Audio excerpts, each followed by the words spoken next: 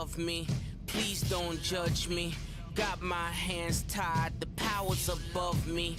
Don't shoot the messenger, I'm just a puppet here. If you wanna place blame, then look to the puppeteer. Family, fortune, envy, jealousy, privilege, passed on, legacy, secret, sabotage, borderline, felony, suicide, subtract, selfish, pedigree. When the love's gone and the hate's there, better watch out, cause it's cake fear. And your family ain't your family, and your legacy is just a name there. In your mother's eyes. Welcome back to the We Was Watching podcast. I'm your host, Brandon C. I'm your other host, Chanel C. No, you're Chanel Kobelvik today with your pigtails. I'm Kobelvik now? You got pigtails. That's funny. Yeah, Chanel, I guess I am Kobelvik. I wonder if we'll ever see her again. we'll see her again, probably next episode. But you're back to talk about Severance, season 2, episode 4, Woe's Hollow. A unique episode for a unique show. Very special. Yeah, very different. And so that was actually pretty cool to see. But before we get into that, if you listen to us on Apple Podcasts or Spotify, please leave us a review. If it's a 5-star review, we'll read it on the show. Those help us out a lot. You can also watch us stream live every time we go live on YouTube at youtube.com/@WeWasWatching, or just search for We Was Watching Podcast. And please go and subscribe to our channel, like our videos, and hit that notification bell. It'll let you know exactly when we're going live, and you can interact with us in the chat like we do every week. You can also email the show at wewaswatchingpodcast@gmail.com, and you can interact with us on Twitter and Blue Sky at WeWasWatching on both of those social networks. Did we get any reviews, Chanel? I didn't check. We didn't, and I just want to know what's going on, guys. It's February. Let's start reviewing the podcast. I would love to do this every week. So if you haven't reviewed it yet, take a second, go to Apple Podcasts and write us out 5 stars and write a little jingle. If not, share it with your friends and encourage them to do it. And if you can't do that, rate us on Spotify, like us everywhere you're listening. That would be great. All right. So before we get into this episode, we're not going to review these shows, but Chanel told me to watch Paradise. And I watched Paradise because when Chanel asked me to watch a show, I watch it. It don't work that way the other way around. Here we go. The other way around, it don't work. But if she asks me to watch something, within a couple of days, I'm there. I'm there. Yep. And so I went and watched Paradise. And Paradise is very much like Silo. It's very much like Silo. And I'm really enjoying it. To watch it. That's why I wanted you to watch it. Exactly. It's a great show. It's got Sterling K. Brown. It does. And a bunch of other people. Oh, it's got my homegirl from For All Mankind, the black woman. So you can watch her in there too. I forget her name, but she's from For All Mankind. And James Marsden, right? Cyclops is in the TV show. And I don't know the other people's names. I have a couple things. I do have a couple things to bring up. Okay, first of all, yeah, James Marsden, which is great because that's Teddy from Westworld. No, it's Cyclops. Then, okay, from forever ago, from when we were children. When you were a child, yes. You got to do the most recent. It came. I guess it could either be the most recent or the biggest ever. You think Cyclops was James Marsden's biggest ever role? Yes. Okay, fair enough. So I do, yeah, it was like I was watching Paradise and I was like, I wonder what this is about. And then the very end, I was like, oh, Brandon would like to watch this because it makes itself sci-fi randomly. But yeah, I do think it's a good show. And I forget sometimes that Sterling K. Brown started with TV or like got big in a TV show because I think of him as like this big movie star who's so good in everything he does. Like if you haven't seen American Fiction, go watch him in that because he's very good. So I like seeing him in these different roles. So yeah, I do enjoy Paradise, although I'm not up to date right now, even though I told you about it and I had already binged it. And I also have been watching The Night Agent on Netflix. I haven't told you about that because it's just like a show where it's not even that good, but like the twists and turns makes you keep watching it. So that's what I've been watching. And obviously Severance. And then, oh my gosh, Invincible came back and we don't have that on our schedule, but I will obviously be watching that. Yeah, we're about to do 2 shows at one time, which if you know Chanel's schedule is going to be fun to figure out, but we can't add a 3rd one. Although I'm very excited about Invincible, even though I haven't watched it yet. I'm going to watch it tonight, probably after we record. the first 3 episodes. Brandon, So we I'm very have excited about that. we didn't have any reviews, but I do have 2 comments on the YouTube that I need to bring up with you. We need to address these. Brandon, I haven't comments? seen these until just now, and Brandon is just not saying them. I'm gonna read them to you. You ready? Yeah. So 3 days ago, last time we streamed, BJ76 says, "You two are a fucking delight and watch all of my favorite shows. I was laughing 5 minutes in. I will let the Reddit world know you exist. Thank you, Big J, because obviously I'm not allowed to." But then we have a different kind of comment. We have some feedback. Are you prepared to hear this feedback? Yeah, of course. Okay, Ed Della's daughter says, "I want to like this podcast so badly, but the truth is the co-hosts have no chemistry." That's right. It's an hour of Brandon making the same jokes on Chanel interrupting his skits, and Brandon somehow not noticing or acknowledging any of Chanel's jokes or references. It seems Brandon just wanted his own podcast and would force to have Chanel join. There's a podcast called the Dan Lebertard Show, which is my favorite sports podcast. And one of the things they have on there, they have a t-shirt and they have a clip and they play it all the time. And it's called, and they say, "You don't get the show." And because they do things on the show and then people email them and they complain about the bit when it's the bit. And so that's just because you probably haven't watched this long enough. So you don't get the show. I know I'm not done though. He genuinely doesn't like her or find her entertaining and is a constant contrarian. I wanted to support Black podcasters, but there's no yes and or improvisational energy. Chanel, find another channel where someone will actually speak with you and not just talk at you. Damn. You got to sit with that. Listen, I'm trying to appeal to the Manoverse. I want Elon Musk is taking over. I want his people to watch the show. And they don't let women talk. So I got to limit how much you can talk. Here's what's actually happening. Brandon is reading his notes. And so when I'm joking, he can't concentrate on both things. That's the reality of the situation. Like, I think Brandon hears what I say, but he's also trying not to lose track.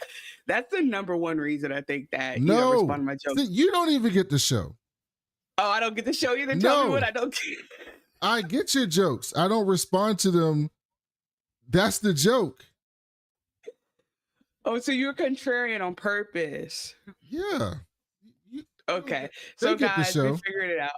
But I do think it's so funny to be like, you just wanted the show and I'm forced here because of DEI, when the truth is, like, if you guys go back literally 3 years, me and Brandon became podcast co-hosts because we're the only 2 people in the universe who feel the same way about the Problem Child movie.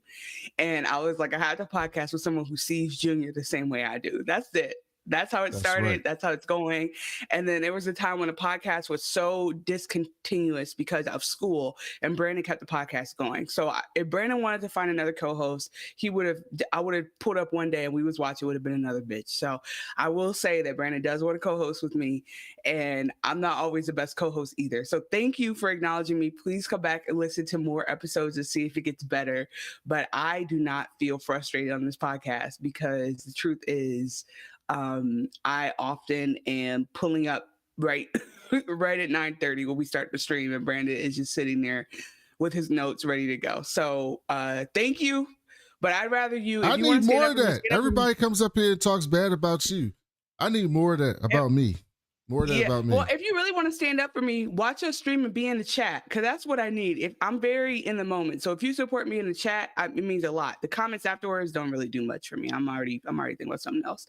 Okay, we are speaking of the chat. Hi guys, what's up? DJ Rated R is here. Draco Beamish is here. Draco Beamish is already Team Irv. I can't imagine not being Team Irv. I can't imagine not. I can't imagine. Like, we need speaking of shirts, we need an Irv memorial shirt. Oh yeah, you can make $1 million right now with that on Etsy. What did I call it in my notes? I think I called it his last rites. The Milch read him his last rites. So yeah, Milch was mad. Milch was making up Shakespeare. That's how mad he was. I got a lot of Milch clips today, Chanel. A lot of Milch clips because I thought he was on one. This episode, because he talks as if it'll be a situation that's so custom made, and he will talk as if there's a line in the handbook specifically made for that. Like, how is he that zoned into his job? He goes, he referenced Woe's Hollow as if it's in the handbook that you cannot commit murder at Woe's Hollow. Like, what the fuck is this? I love this show. You ever notice how he stands and looks? You know what he looks like, and it's you're probably not gonna get what I'm saying, but if you Google it, you'll get it. He looks like Pennywise when he be Why wouldn't I standing. get what he's saying? Pennywise, what? So he looks like a what's the name They of that always family? show him standing, and he always has like this look on his face, and he's just like Pennywise's face. I got he's it a in a Black Stars screenshot. guard, is what you're saying? Is that what you're saying? He's a Black Stars guard. No, it's not that one. I see it. No, I see it. Let me find the one. Not where it is. Pennywise, Sarsgaard. Forget that. I feel like he looks Look at like him. he's Look a at this fifth one. member of the family. Yeah, that's scary. No, he did look scary as fuck on the screen. Why did he look like this? He always does that. He always does that look, and it be tripping me out. I was like, this is a horror movie, bro. But I will say that, like, you know, they always say the Culkins versus the Sarsgaard, and even the Culkins were like, yeah, they whip our ass. Can you imagine Anna Trammell Tillman as like their fifth man? They would be demolished. That's what I'm talking about, Fisher. I'm here to support Belt the Water.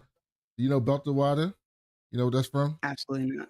Absolutely not. The greatest sci-fi show of all time. Belta Lauda. You said it The wrong. Expanse. No. Okay, I didn't. Oh yeah, I'm not up on. You asked me to watch shows that have 20 episodes and are deep science fiction where I have to like pay attention. I can't look at my phone and watch that. It's only the greatest sci-fi show to ever live. Am I right, Fisher? And I'm supposed to watch All of Mankind, and I'm supposed to finish Foundation, and I'm supposed to watch my bullshit that I like to watch. Thumbs up in the chat if The Expanse is the best show of all time. Or put F's in the chat, whatever. Let alone the fact it took you 5 years to watch Industry. I watched it though. Okay, I only missed 1.5 seasons. Or 2 seasons. I only missed 2 seasons. I'm gonna watch Expanse, don't you worry. So yeah, The Expanse is great.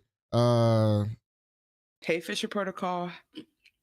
So Chanel, what'd you think of this unique episode? It's so good. Why did you tell me it reminded you of Industry? Because they're just burning through plot.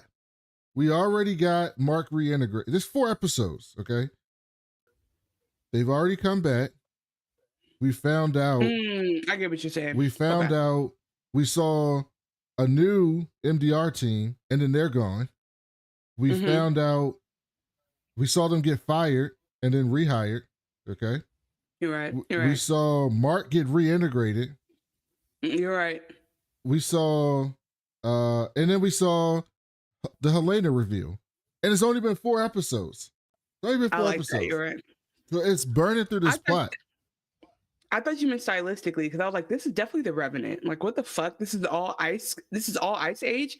Actually, let me see. I feel like Ben Stiller was in Ice Age too. Am I crazy? No. Well, you think he's in any animated movie because he was in Madagascar? I just feel like, then we. Yeah, exactly. I do think he's in a movie. Okay, I'm off on the Ice Age thing, but I was just wondering. So, I actually do watch like the afterwards, like why do they make it stuff, and I did think it was really interesting how they like doing this off location was a big, like they already create these mazes and these super complicated sets. So apparently for them to do this in location and not to disturb the forest that they were shooting in, they had to build like a 1/4-mile bridge over the trees or some shit so they could get all the stuff in. So they do a lot for this show. I think I watch the show and I always think this is where the budget goes. It's people it's somebody writing a script and not being like, all right, let's change the script so it can be done. It's more like, all right, let's write the script and let the production team rise to the level of the show. And I think that's why Apple had such a good Apple has such a great reputation for good shows, because they don't limit creativity based on like what the resources are. They're like, oh, we'll find the money. I really love a production company that will find the money. They spent $20 million an episode this season. So this was an expensive season of television. And I just don't but I will say this, though, how are they recouping that money? I'm not giving Apple $20 a month, let alone. No, well, they get a lot of new subscribers from this show. And then the hope is that those subscribers stay. Because the whole content game is just keep putting out content and then everything else falls in the back end. So that's what it is. This is why. And I think they came, Chanel, I think they said something about this. I meant to tell you this. Severance viewership. It came out Severance season 2 viewership. I think they said 300 in the first week. Severance had 372 million minutes watched in the first week that the show came out. So they got a lot of new subscribers to watch this show. So that's how they recoup the money. Yeah, it's just amazing. Like streaming is such a dangerous game because you can really lose a lot of money on streaming and like making our dreams come true on TV. So I'm glad we have Severance. I will continue to enjoy it while it lasts. I thought this episode was very unique and bold. I thought it was very bold to do something Very like this, bold. given the concept of the show and the set pieces that we've seen throughout the first season in 3 episodes. That to do something like completely counter to that was to take a shot. I know that some people were a bit confused by this episode because they thought it wasn't real, right? It was a dream state. It was like, what the hell is happening here? But I think pretty quickly we found out that it was real. And like Chanel said, I thought it was really cool that they did, like Adam Scott said that they did this shit like for real. So like John Turturro was on a frozen lake and Adam Scott was on a cliff and they were yelling at each other and they just filmed it.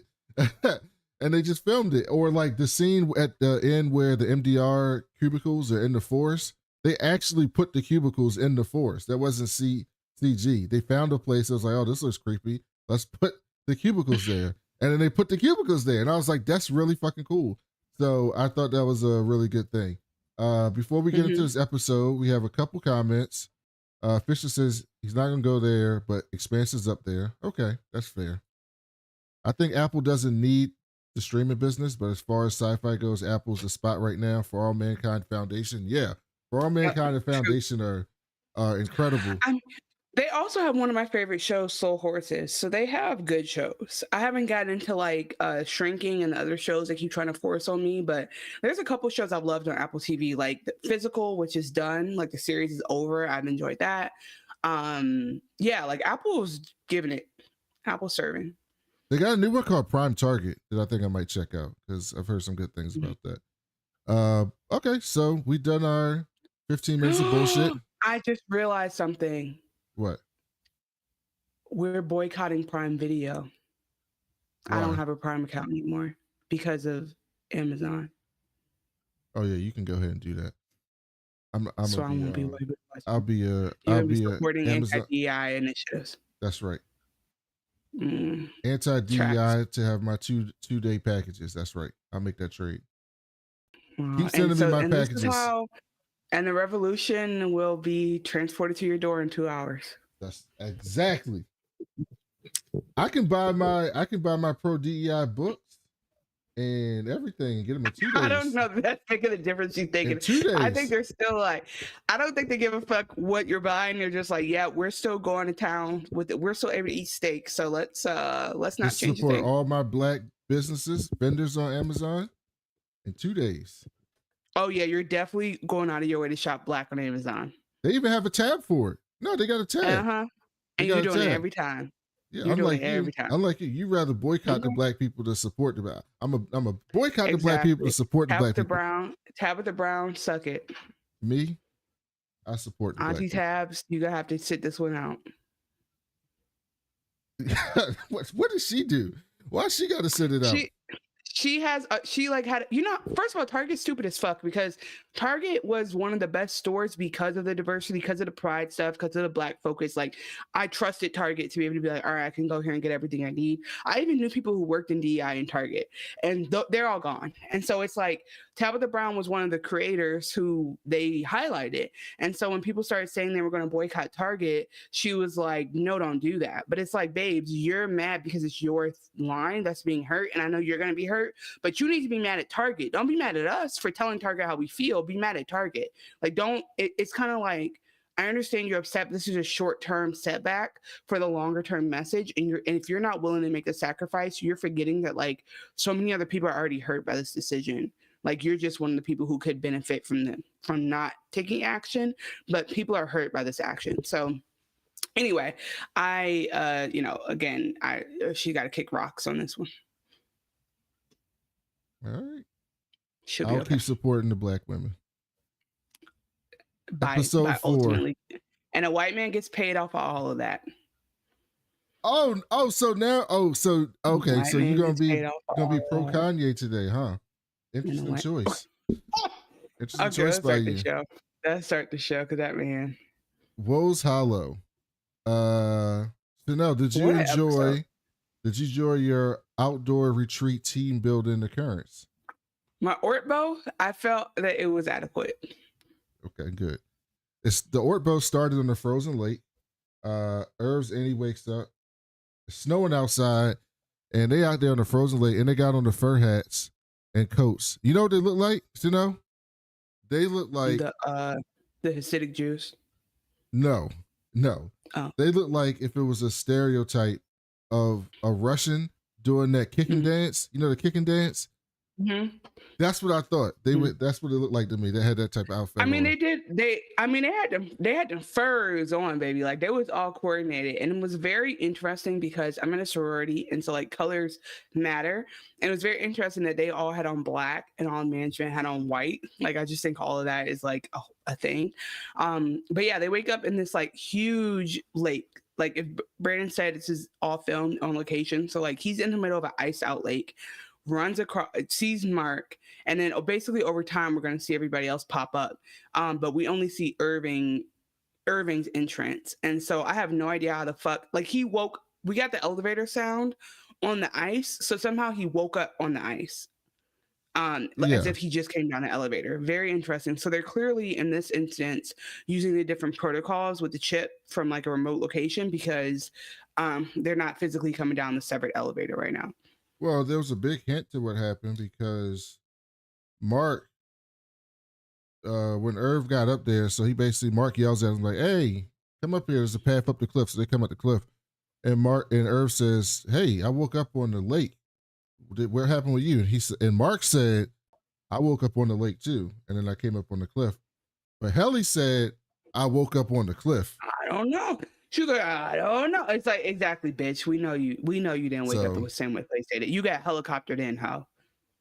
So she ain't say no shit. So they come up there. Then Dylan shows up, and Dylan is excited as pie to see the outside. He couldn't wait to see the outside. In fact, he said, "I knew there was no ceiling outside, but I couldn't believe it." Meant. Oh yeah, Dylan has never seen outside, so this was amazing for him. It was probably more than he would have seen. Like it's more than he could have imagined, even if he had seen the other outside. So happy for Dylan that he finally had his moment. Then they walk up and they see this old ass TV set up on a cliff. By the way, they're playing like a Nintendo MIDI theme, like when it comes up. And on top of that, the TV is not plugged into nothing. There's no power. I was like, this is next level in equipment because there's no this is all solar. This is 100% solar. So, and then we got this clip because I thought this was fucking funny, but also creepy. Also, look at Milch, man. Look how he's standing there. It's so creepy. He looks so much better than they have him shot right here.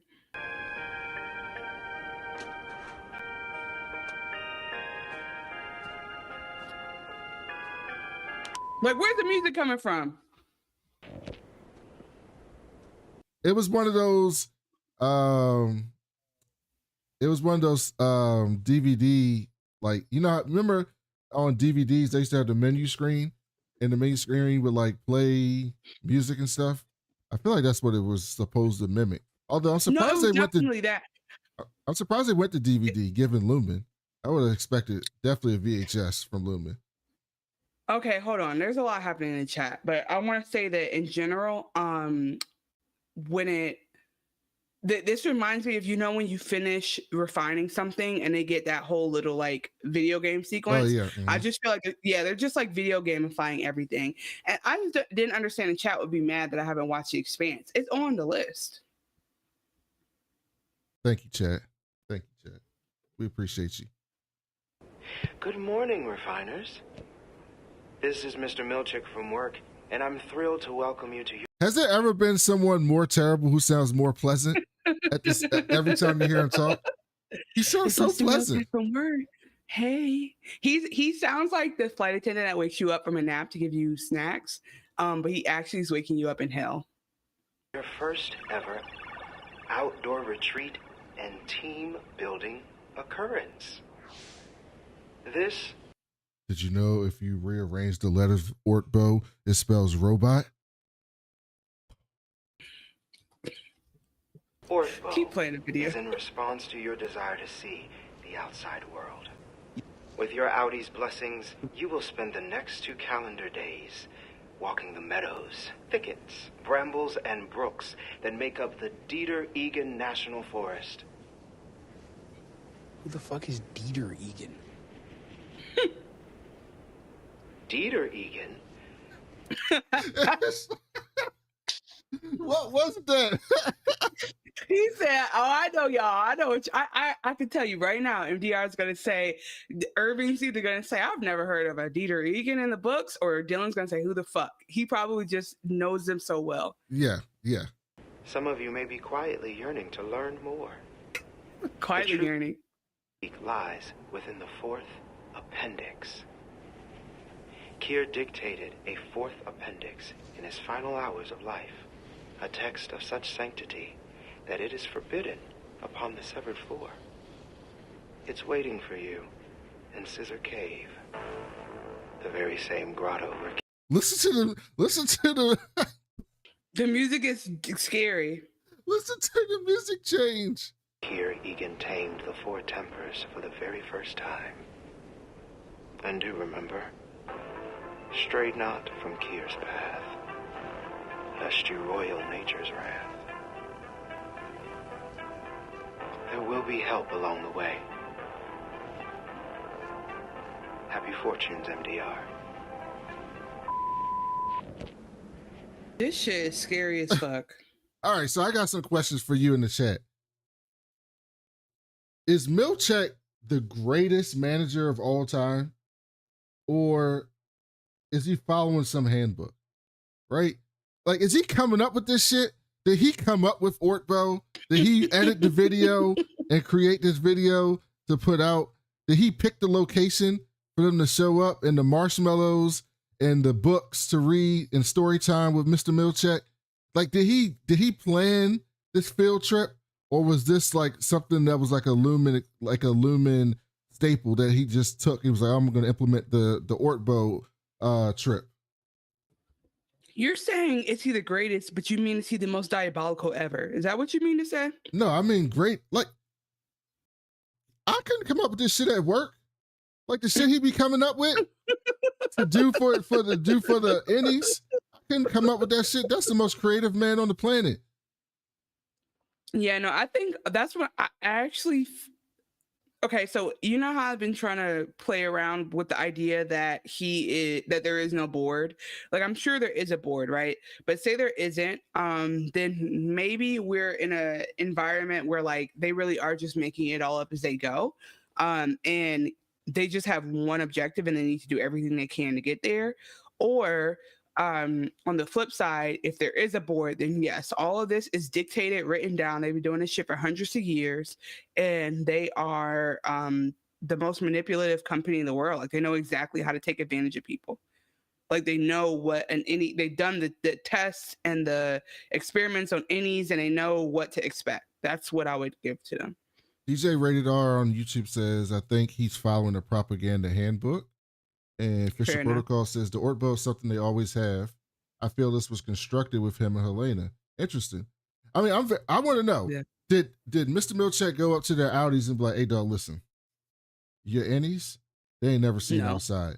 So we have a thing that we do for innies, the Ortbo, and our Ortbo this year is going to be at this lake. We're going to go camping. So you're going to have to give your innies a couple days, right? To take over the body, but we're gonna be at this camping site, and it's just to improve morale after the stuff that happened last year. Like, is that what happened? Like, I'm very curious about all of that, because this was so ridiculous just to end up in the middle of the forest.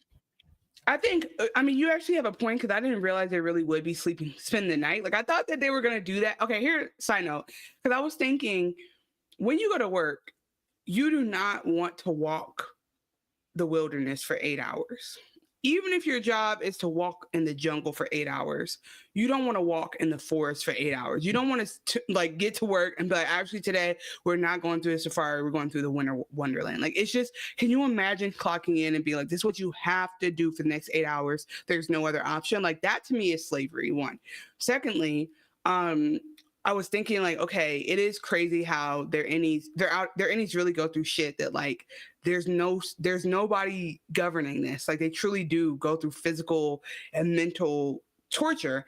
And then the third thing I realized was when they did spend the night, they did actually have to have like approval for that. So the 4 approvals will be different, right? So Irving's going to say yes to everything because Irving wants to stay close and get more information. Dylan's down for whatever because that means you don't have to watch his damn kids. Or like maybe he doesn't hate his kids, but like he's like, oh sure, sleepover. Helly, we already know, is like enjoying all this shit. She's diabolical and evil. And then Mark is like, this actually might have been the night that Mark. No, he already been reintegrated because he had that scene when he was fucking Helena, where he thought she was Gemma. So you don't think it happened during that scene? I don't think what happened. You don't think that's when he reintegrated, was during the sex? No, he reintegrated last episode with Baaabe. But I think we're gonna get more information on this, but my assumption is that reintegration is a process, right? So he's still gonna be switched over, but it's gonna start to blend and then blend more and then blend more, and then it's all together. And so I think that he's still having flashes in between, and the flash came there because it reminded him of something. Okay. Is what I think. Yeah, I guess we'll see. But anyway, I do think it's interesting because they would get 4 yeses from them even if they did ask. But yeah, I guess they did tell them they were going to have to do some type of retreat, and they did it. They went with it. Then they turn around and Dylan says, "What the fuck is that?" And I want to take a victory lap right now. I want to take a goddamn victory lap because the chat told me I was wrong. Chanel told me I was wrong. I don't remember telling you. Chat told me I was silly. I said on episode 1, when Mark ran to the wellness center, right? When he first came down the hallway, he ran to the wellness center, and then the camera panned to the side, and there was a person standing behind him. And I said, that's a clone of Mark or something of Mark. And everybody said, oh, that's not a clone of Mark. That's the new security person. That's the new Grainer. Nobody said that. Nobody said all this.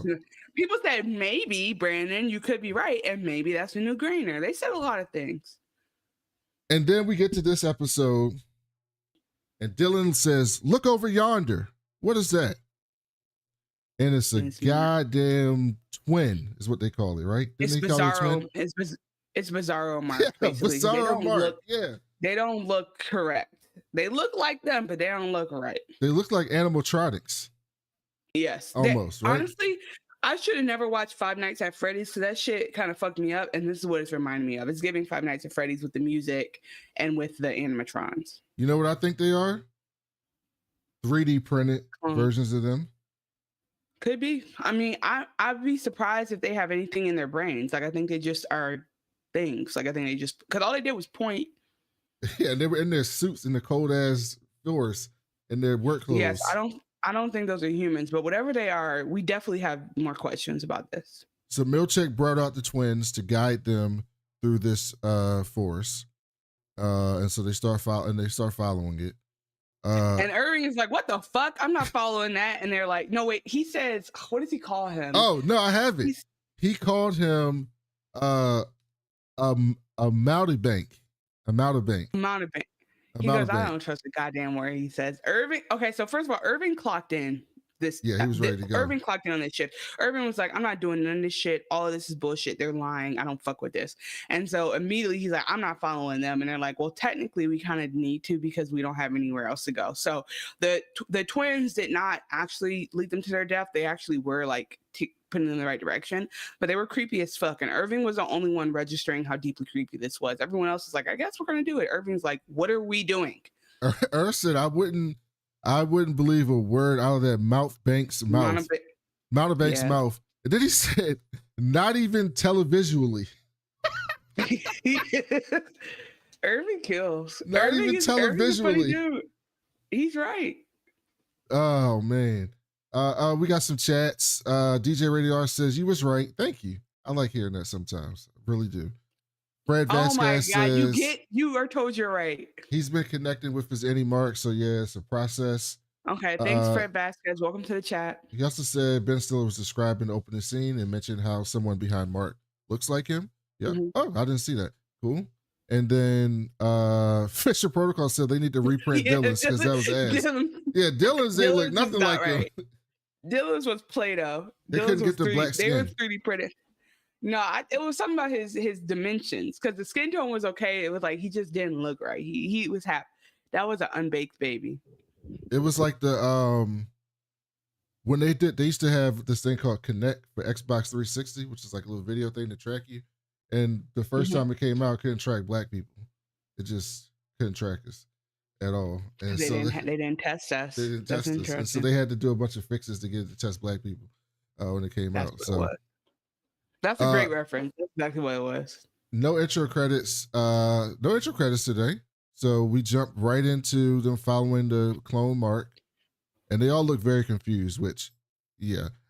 Fair. What I am fascinated by is how much of this does Helena know about? Because it seems to me, we'll get to it later in this episode, like, I don't want to say she was coming to their side, but it seemed to me like she was genuinely, like, starting to understand the innies a little bit. And so I'm very curious to, like, how much of what goes on in the Severance floor was she aware of or not aware of? Because I don't think, we'll get to it when we get to story time with Mr. Milchek, but I don't think Mr. Milchek was expecting her to start bust out laughing and laugh at that passage. Like, I do not think Milchek was expecting that. I don't know. I think what you're saying makes a lot of sense, and I'm with it.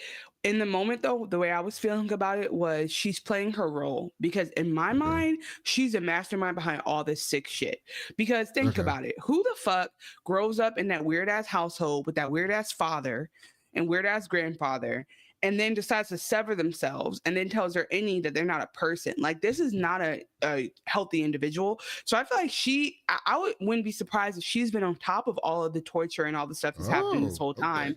And it's just like, all right, I can deal with it. Because, like, think about it. You could deal with it if you know, like, at the end of the day, they're always going to pull you out if they need to. You're never going to actually die or feel harm, or what, they're never going to take you to the break room, right? Like, there's all these things that are never going to happen to you. So you're kind of like, I'm fine. So I'll let them torture them and I'll just go along with it. And then I thought later, when she was being smart ass, that she was trying to play her role. So I feel like she studied game film and thought she was just going to be able to, like, play this sardonic Helly. And it's interesting because at the very end, like, on, like, the behind the scenes, Adam Scott was like, oh, Brittany Laura she did such a great job. Like, nobody could tell it wasn't Helly. I was like, nigga, we it's not because of her acting. We all just knew.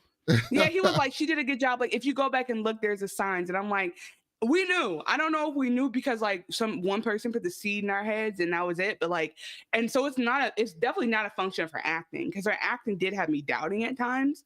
I'm just saying that, like, it was like we knew from we're too tapped into this story kind of. It was the first episode, we went through a bunch of the things we talked about on the show, a bunch of the things that they showed in that first episode. The biggest one was her not knowing how to turn on a computer, which I was like, there's no reason she wouldn't know that. But even larger than that, there was no narrative reason that like, I always thought this entire time, this show has to convince me why Helena would ever send Helly back down there. Like, why that would ever happen. Why she would ever send her back down there. And so that's what made me believe it from the very beginning that it wasn't her. Because I was like, why would Helena, who's in charge, ever let Helly go back down there after the shit that she pulled, right? And this, it's funny, this episode, they actually give us a legitimate reason why Helly R would ever show back up, right? Because she was forced to show back up, which we'll get to. But I thought that was interesting. So I agree with you. I didn't know he said that. So that's cool. I need to start watching those things. I mean, they have no idea how tapped in the fuck we are to this show. Like we are one shit. Like we are like looking at stuff in the corner where I think that we just live in a world where people are so excited about something so different and new, and you want to see the stuff happening. So if this episode was a reveal for you, that's amazing. What an amazing experience to not have seen this coming and then to be like, oh my God, we all discovered that together. Because if you didn't see that coming and you thought Irv was crazy, then like you really had a moment. But for everybody else, we were rooting for Irv to get his moment. We were all like, Team Irv, let's fucking go. Justice for Irv. Somebody's going to have to listen to him eventually. And he was listened to. At the end of the day, he got listened to. He was heard. And so they do the thing after the show, like House of the Dragon type thing where they interview the people. Yeah. Oh, I didn't know that. I should watch that. Okay. Yeah, because you always skip like you're gonna get some big spoiler for the next episode when all they do is show 2 clips and a cow and be like, yeah, this is what's happening next.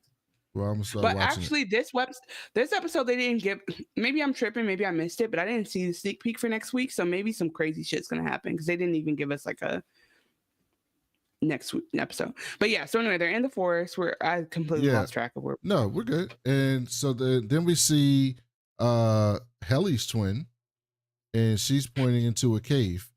And so they walk into the cave, and there's a light there. Scissor cave, by the way. The scissor cave with an old ass book under a light that had the Roman numeral 4 on it. Scissor cave? What's happening? I was so confused. I was like, what are we?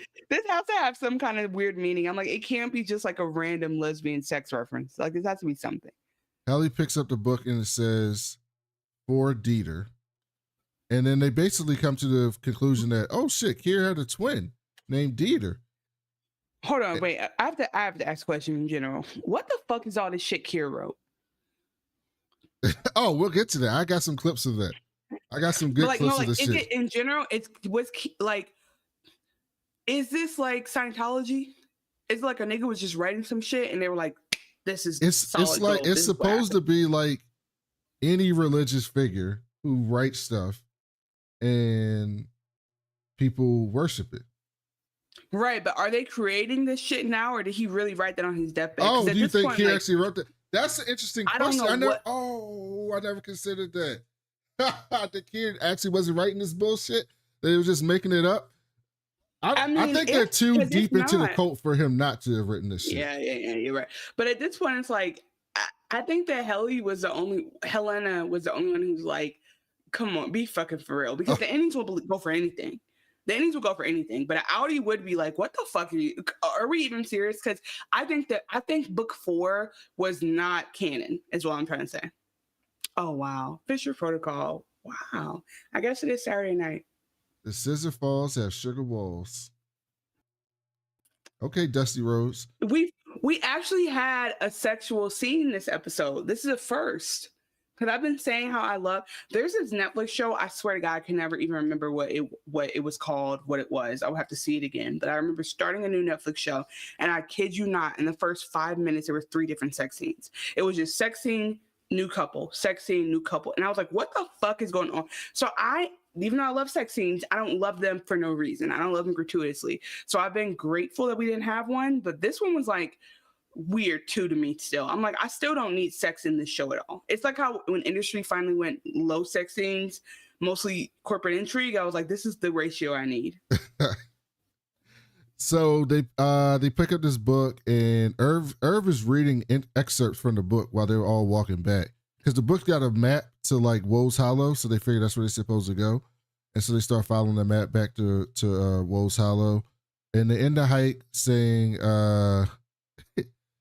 Kier said, I had no choice to listen as he spilled his lineage upon the soil. Yeah. He spilled his lineage. Yeah. Yeah, I was like, what are we doing? Then they stop and see Dylan's twin, who was really like dollar store Dylan. And Mark and Helly walk ahead. And Mark asks if she's okay. Helly's like, yeah, I just wish I knew where we were going. And then they show Irv side-eyeing that whole conversation. Like, look at them. But again, by the way, because like Helen knew where the fuck they were going. Yeah, This is can't like this yeah, like this is land she owns. You know what I'm saying? So I think that that's what is frustrating when you do have suspicion about her, because you're like, every time she acts something, you're like, I don't think Helly would say that. Helly wouldn't be like, where are we going? Helly would be like, why the fuck are we out here? It's little things.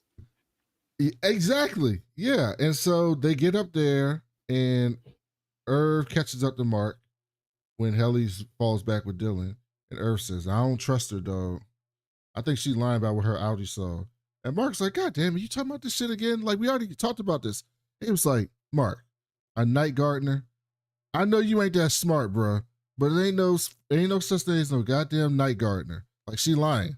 Keep your eye on her. No, he's not even saying that. He's saying, I know that pussy tight, but it's not enough for you to lose oxygen to your brain. Okay. That's what she said. That's what he said, basically. That's what he said. That was it. I thought you were gonna do the line from the song from What These Bitches Want from DMX. Did he say that? Didn't he say that in that song? I'm not able to recall those lyrics on demand. I'm pretty sure he said that. I'm pretty sure he said that. Do you want to hear my DMX? Oh, you have a DMX? I could do what these bitches want from a nigga. Somebody let me know. That's pretty good. That was Cisco. He didn't sound like that. That was not, whatever. It was decent. And DMX. even though that pussy's tight, I ain't going to jeopardize my life. That's what he said. I thought you were going to get that line. Oh, yeah, no. But I mean, my thing is this. Like, it is clear. Mark is doing the most. Like, Mark is actually getting on my fucking nerves, because I get that you trust her, but like, y'all did go outside and like anything could have happened. So he did, like, Irving asked a genuine question where I would be like, look, babe, like, I believe you, but honestly though, like, what shirt did the night gardener have on? Like, what was that nigga's name? Because like, what company did he work for? Like, did he have a flashlight? Like, Irving is asking very legitimate questions, and that's what was irritating me this whole episode, because everyone's all like, justice for, like, trying to look out for Helly, but I'm like, the bitch is being suspicious. Oh, thank you so much, AJ. Welcome to the chat. Thank you, AJ. AJ came in just in time for my DMX impression. That would make me hit subscribe if I heard a flawless DMX. AJ was definitely not laughing at that. Flawless DMX rendition. I would be like, oh, I have to. By the way, does anybody sing harder than? It's like 3 people who sing harder than Cisco, right? They're like trying real harder. It's Cisco, Keith Sweat, and LV. You know LV from Gangsta's Paradise? The guy sings the hook, the Gangsta's Paradise. He be singing hard. I don't have a list, but I'm gonna start compiling a list of who sings hardest, because I do love when some hold on, wait. At the end of there's a song. It's in my stories. I'm gonna have to find it. There's a West Coast song where at the end of the Dr. Dre song where they're singing ding ding dong. Yeah. Ding, like they're going hard on them. Yeah, they're going keep hard your heads on ringing. ding ding dong. Yeah. They're going hard on ding ding dong. Like, she was really giving it all. If you want to get on down, that song. Yeah, keep your heads ringing. Yeah, they be singing hard. They be singing hard. I thought they just sang hard before. These singers now are so soft. You know what I'm saying? We don't got R&B no more. Yeah, they're singing from the back of the booth. They're not even up close to the mic. Like, get up in there and give me some vibrato. Yeah, give me some Lenny Williams. Mm-hmm. Tell me how much you love me. And say it over and over and over and over and over again. Make the song 7 minutes long. Yes. So then we finally get to Woes Hollow. Finally get there. And the twins are standing on top of the waterfall. Milch shows up fresh as fuck. He got on a sweet ass white sweater, a white mink. He looked like Cameron. He looked like a whole pimp. He looked like Cameron. That's something Cameron would have worn. Again, how old is Miss Huang? What the fuck is going on? She had on the same outfit, by the way. It just keeps hitting me like this is actually a child. Who is sending her here? Look at his outfit. Look at his face. He be making the best faces. Milch might be from Detroit. Yeah, like this is the thing. You almost could. This is a great metaphor for real life, because if you wanted to, you could just believe the lies. You could believe that Milch is instituting no no torture, and they listened, and Lumen is great. Like that's how the government is right now. You could be like, everything will be fine. Or you could tap into that third sense and be like, fuck no, we're in trouble. And I love that the innies are doing that. To be fair, if Irv didn't go off this episode, they probably would have had a good ass trip. They had a nice little trail walk. The tents were that was glamping as far as I'm concerned. Yeah, they had glamping tents. They had the whole damn heat. I want a heat lamp like that shit in my house. That you were not cold with that heat lamp, bro. We'll get to it later. They had a marshmallow experience. Milch said they brought luxury meats, quote, luxury meats. They had a nice walk in the trail. Like, this would have been a nice little 2-day getaway if Irv didn't go ape shit. Luxury meats you're right. That is crazy. Luxury meats, scissor cave, sugar walls, and spilt. What did he? Oh my god! What did they call the masturbation? Spilt lineage. Wow. So let's listen to Milchek welcome them to Was Hollow. Kier's twin was always with him. That's why we provided the very same for each of you. Fuck you all, I was right. Mr. Milchek. This is the tallest waterfall on the planet. You have followed the path of Kier and Dieter and reached Was Hollow. You stand upon sacred earth. We're starving, Mr. Milchek. Are you? I thought the waterfall's grandeur would satiate you. I'm teasing, of course. Lumen will always protect and provide. Right this way. By the way, I forgot to say, before they got here, they come across a dead seal that's like mummified. Like the seal is fucked up. And they just ignored it. They never said like why it's here or how it got here. And like they never came back to it in the episode. But Irv was like, we should eat this shit. And I was like, oh, Irv is on one this episode. He is locked in, dog. Irv is locked in and ready to go in this episode. So after Milchek welcomes them to Was Hollow, they walk back to the campgrounds and we see some sweet ass tents, like these big ass blue tents. By the way, this show does a lot with blue and red. I saw some people talking about that. I didn't really look into it, but I have noticed it. That like there's a lot of blue and there's a lot of red and they kind of a dichotomy going on in the show. But they get back, they got these sweet ass blue tents and he tells them that we got marshmallows. He basically said we got marshmallows, we have a recital, and I have copious luxury meats. Copious luxury meats. So it was kind of like what the fuck was a recital? I thought there was going to be dancers and a whole like ritual. Maybe they fucked it up. No, the recital was story time with Mr. Milchek. Oh, I will say like, yeah, I mean,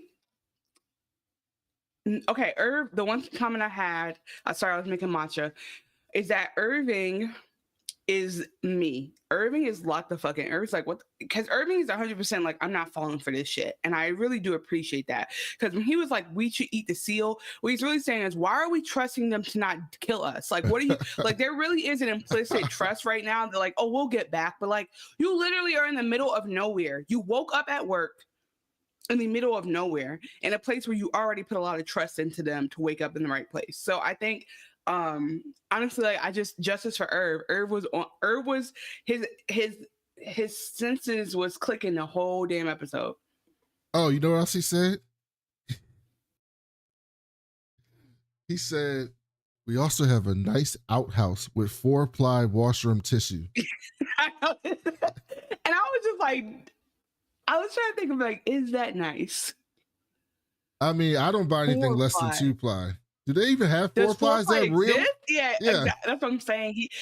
But let me tell you something about Milchek. Milchek will say any motherfucking thing to them because that motherfucker looked at him dead in the eyes and said, "That's the biggest waterfall in the world." He would tell them anything. He's like, that waterfall is like that's bigger than any mountain there's ever exists, and to them it is. But it's like he will lie to them for no reason just because he can.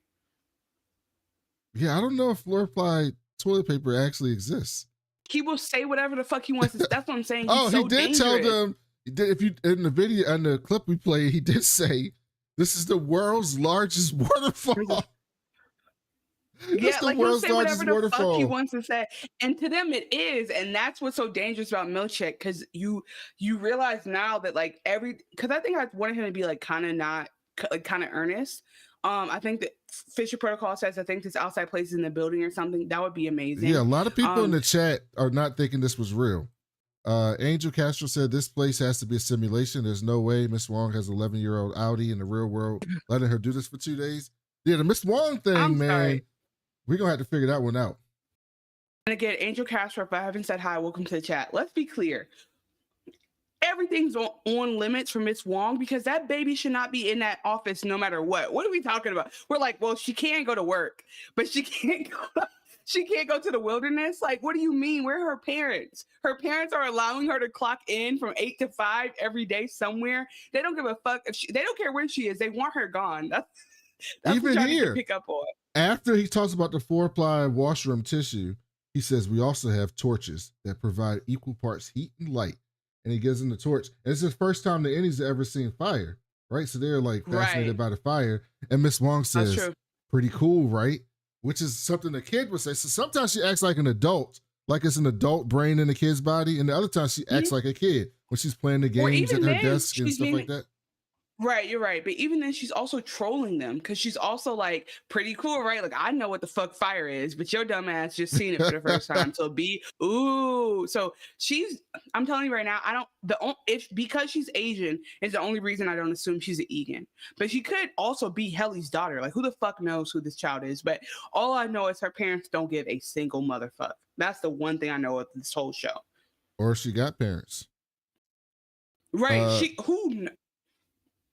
Who knows? Irv says, it might be the best reveal we get. Lovely. Very sarcastically. Very sarcastically. So later that night, Helly comes into Irv's tent. Irv asks Helly. She brings him a snow seal. And she was like, in case you're hungry. And Irv's like, I don't know why I said it. I should have eaten that thing. I was tripping.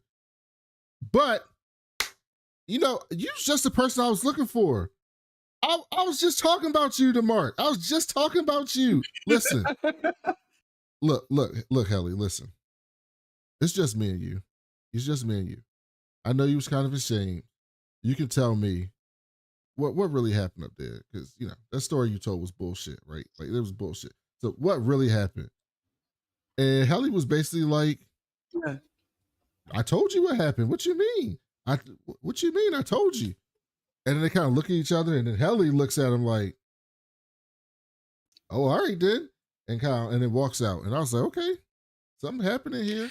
And that's kind of how if I had any doubts, that's when I was like, no, this is not Helly. Because Helly's trying to treat him like he's dumb. And if I was Irving, I would have swung on her. So she's lucky she got that at the end, because I would have been so frustrated by being gaslit that I would have fought her. Because I would have been like, stop fucking playing with me. DJ R, I heard an interesting theory about Mark and Helena's love scene. I'll wait for us to get there. Okay, can't wait. I have this. She probably got the same theory I got. You gotta have all Chanel, the theory. I only have this theory because Chanel made me watch the intro, and I actually paid attention and took notes on the intro. Or else I wouldn't have had this theory. And so then Helly continues. Oh, sorry, I skipped the part. So then the Helly continues the joke. Hold up. So basically, they're in the scene. I forgot. No, I skipped the part. Then we cut to story time with Mr. Milch. I got confused in my own notes. Yes. I jumped a little bit ahead because I have this scene because Milchek was on one right here. Like this whole scene, actually, I cut it off because I thought it was over. And then I realized there was more goodness to the scene. So I got 2 parts to the scene. So here's the first part of story time with Mr. Milchek.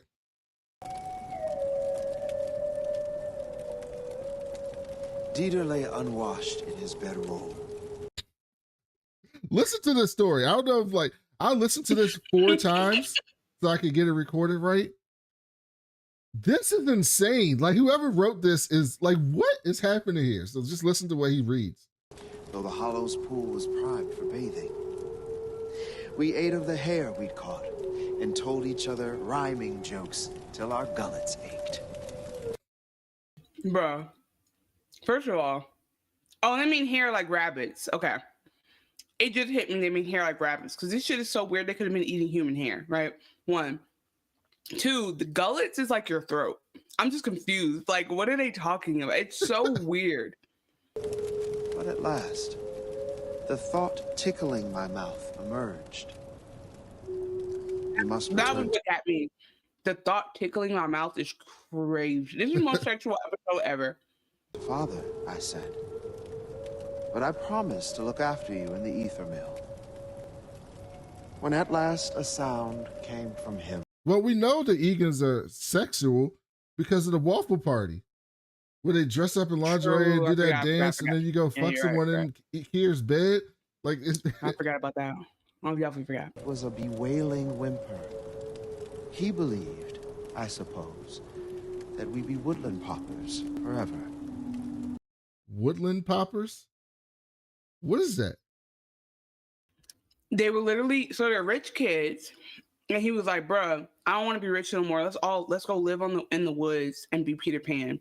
So basically, like, we're poor people in the woods. So it's the equivalent of backpacking. Yes, but he's like, but it's beyond that. He's like, let's just live in these woods. Let's just never go back. It's literally going from like Secession to Revenant.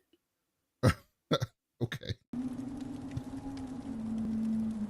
I was looking at him when his eye came out. Without the bestiality.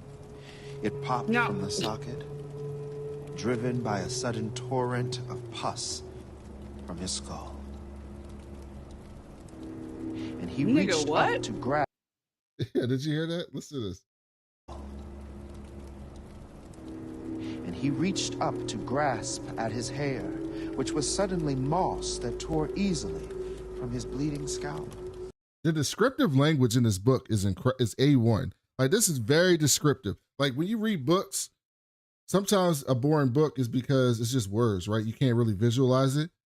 This is descriptive language. You can visualize what he's saying very easily reading this book. Good heavens. Good heavens. Even Irving is like, what the fuck? Irving is like, I done read all the books. I done read the 1 through 3. I done read the prequel. I ain't never heard Egan on no shit like this. It was like, oh my goodness. And as the pus from his eye thickened into sap, I turned from my gargling brother and walked to the pool of the hollow. By the way, what? Where are you going? What do you mean your brother's fucking melting? He's turning into sap, and you're like, you know what? I need a break. I need air. The waterfall would drown out my brother's cries. It's actually really smart. And it... I can't stand Dylan. That's really, that's actually a good idea, dog. Like, if you do go by the waterfall, you won't hear that shit. That's probably how he watches his kids. It was here that I first encountered the temper woe. A gaunt bride, half the height of a natural woman. Then Milch literally flips the book around to show him an illustration of what woe looks like.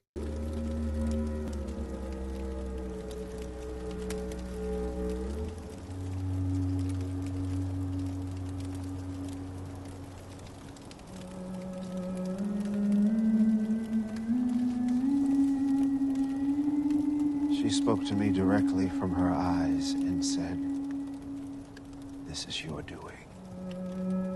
You suffered his wantonness.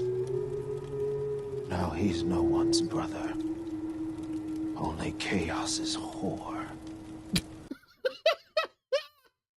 So the forest took his brother's life? Because he fucked it. It's crazy how you say there's no bestiality when there is definitely bestiality. That was his seal. What is it called when you fuck nature? Like, if you fuck a hole, is there a name for it? Agoraphilia. Are you making that shit up? If that's real, I want money. I Hold feel on, let like me you're look. making that shit up. If that's correct, I want money in the chat. I want you to send me $100 right now if agoraphilia is the right word. Oh, I'm It's like 2 Tech hours Night. off. I'm the love of public life, crowds, and activity is agoraphilia. Fuck, I was so close. That wasn't really Nate close. Love. Wasn't really that close.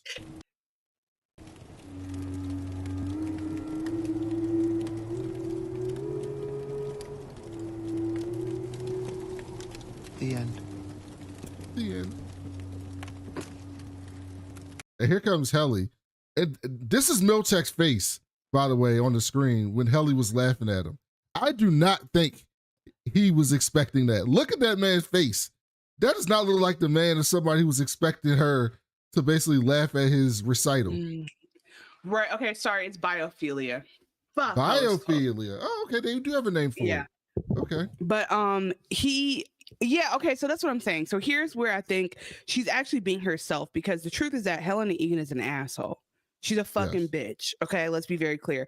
So she's like, yeah, I know Kira Egan and all this shit, but I don't believe in all of this nonsense like y'all do. I believe, like, she's in it for the money for sure. She's in it for like the whatever they put in her head as a kid. But she's like, y'all, this is some bullshit. Like, because it does become ridiculously like metaphorical, and like I don't even know if the twin existed, let alone he melts and then he sees the first shrew. But she's like, get the fuck up out of here. And so she has enough money to laugh in Milch's face. But Milch cannot respond to her the way he wants to, so he has to punish the whole team for her. And that's when I was like, that's the real her. Perhaps in the morning we'll have time for the next chapter. Kier and the thieving nanny. First of I all, wanna read that. quick question. Kier and the thieving nanny. Speaking of the feedback in the beginning, how you never improv with me, what do you think the thieving nanny? What do we think happens in Kier and the thieving nanny? I think the nanny was in there stealing from the parents, and Kier saved him. This is how he became Kier, right? This is how he became the what did he call himself? Each of these is by the tempo, right? So the first one was woe, and there's four tempers. So the second one got to be another tempers. Malice, whatever the pride one is, maybe. Frolic, woe, malice, and there's one more. Maybe frolic. Yeah, maybe he frolicked with her. I think either yeah, that's so crazy because I have written down I can't keep putting this Egan shit in my head, so I won't be double checking. But I'm like, it's either two options. Either realistically, he probably found her thieving and cut her hands off. Like that's Kier gives, I dropped her in a vat in the factory and she suffered and now praise Kier. Or maybe the nanny was thieving, but she used to wear really cute cheetah print outfits and he ended up marrying her. Did they have cheetah print in 1866? I don't know. I'm just thinking like, I just imagine it's Fran Drescher. I wonder what the lingerie of 1866 was. It's in probably Kier PE. Was it even called Kier PE then? What state is PE? What do we think the name of this? I have so many questions. It's a Pennsylvania. Like, what are we doing? Okay. Anyway, so I don't know. I would love to know in the chat if you're watching this now or later, like what the fuck you think Kier and the thieving nanny was. Like it just, and at some point I think it gets pornographic. I just have to believe that. Oh, he put it down, is what you're trying to say. That's what Kier's like, my brother got some in the forest. I didn't get none. I'm getting some in this next chapter. Whoa. Creepy. Did his brother really die that way, Mr. Milch? The handbook enriches our work with tales of the founder's life. Every word is truth. There's Helena just laughing at him. But you, by the way, I do think this is how even Miss Huang would come up. You have to be a convert to be in this situation. That's what I'm realizing. You do not work on the severed floor, unsevered, without believing in Kier. So that's how we are where we are.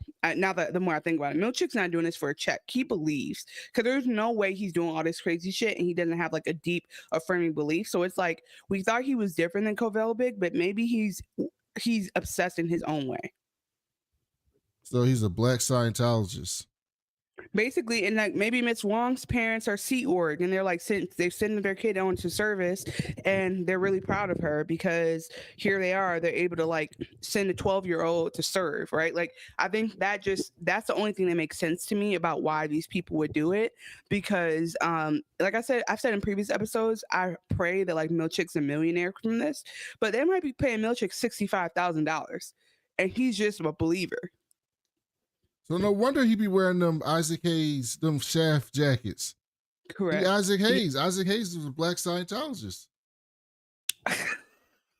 That's the inspiration. Oh, I see what's happening here. I see the vision, Ben. I see the vision. Everything comes back to Scientology.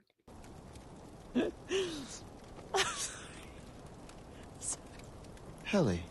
That's a rich woman mocking laugh. That's a I could buy you. You so stupid. What? Helly R. You guys, he melted, right? He turned into the forest because he masturbated. I mean, seriously, that's actually the dumbest thing I've ever heard. Right? I feel like this was the first time she heard this. And she probably thought, this is the bullshit we be telling y'all. She's stupid as fuck. Yeah, exactly. Exactly. He jerked off in front of his brother, and he got punished for it. Why can't you say that? He just said it. Okay, here's part 2. And old Mark never would have laughed like this. His nose is wide open over her because old Mark would have been like, Ellie, have some decorum.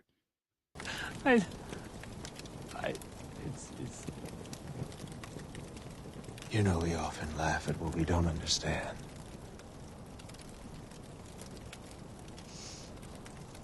Milch The team I thought I knew would have processed more thoughtfully.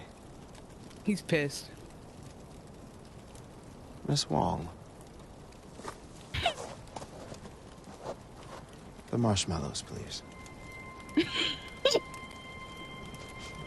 He's so fucking petty. And dramatic. Throw them in the fire. Mr. Milchick, come on. Now, Miss Wong. Now. Why? Dylan was this mad. Is when Dylan wait. Yeah, you killed a perk? Nah, hell nah. Marshmallows. Now I care. Players, Dylan. Marshmallows for team They players. don't just hand them out. Actually, they do. They literally can. You can't just hand them out. I'm so tired of Milchick. Good night. And this, by the way, this is why Helly's cruel as fuck, because these are human beings who've never had marshmallows. Yes. You know what I'm saying? Like she ruined marshmallows for them. Like that's cruel. No, Ben Quarters, it's not a video. That was just a picture for the sound, because for YouTube purpose. I only play one video show so we don't get booted off. You know what that was, Chanel? I used this joke before, but it applies again. I'm gonna use it every time it applies. That was the soup Nazi. That's what that was soup Nazi. Ooh, you wanna laugh at my recital? No marshmallows for you. Milchick would have ate in that role. Milchick, I want him to play. I want him to have a Sterling K. Brown option where he plays all kinds of different characters. But I could see him continuing to be the super strict guy who like doesn't take any bullshit. I see that role for him. Soup Nazi, all-time great episode of television. All-time great. Oh, the chat's been going off. I'm gonna catch up. I have not been looking at this. Okay, while you catch up, Helly continues to joke about it, and Irv gets pissed. And Irv says, it's not funny. And stop making Google eyes at her, Mark. And this was interesting. because he was not telling Mark to stop making goo eyes because he likes Helly. He was telling Mark to stop making goo eyes at this imposter. That's not Helly. Like, stop making goo eyes at her. That's not her, which I thought was really cool when I watched it on the second watch. You could tell that's what he meant. And he says, just tell us, Helly. Tell us about him, the night gardener. And it was like, God damn it, you still, like, let it go. And then Irv was like, so, Helly, did he have a flashlight?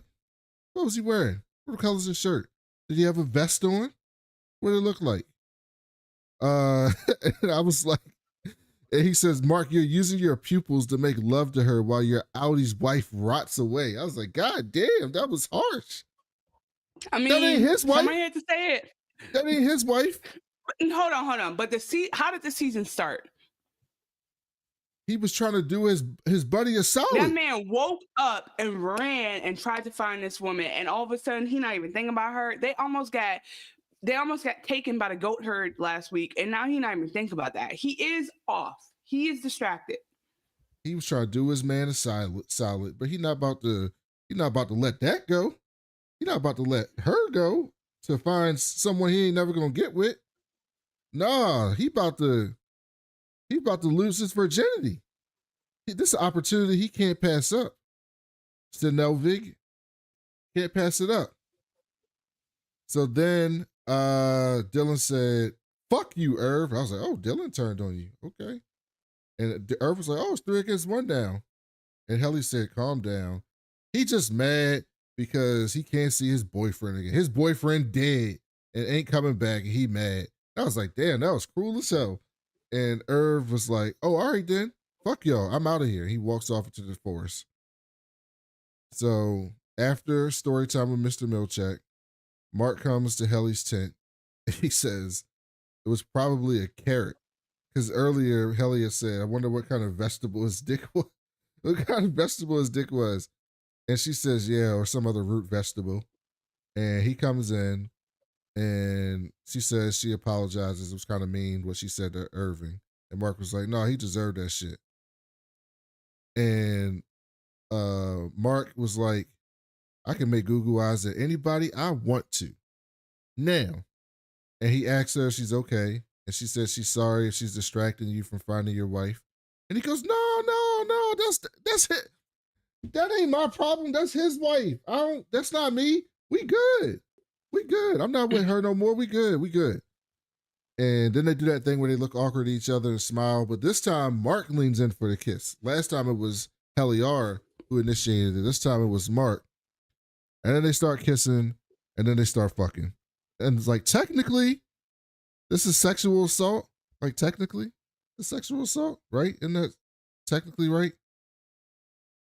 Like if I had sex, if my girlfriend or wife was a twin, and her sister pretended to be my wife, and I had sex with her, that's not consent, right? Okay. This is very interesting because you're probably right. I do think this is technically assault. It's definitely deception, which is like it's kind of like how you can be charged for taking the condom off when you said you had one on.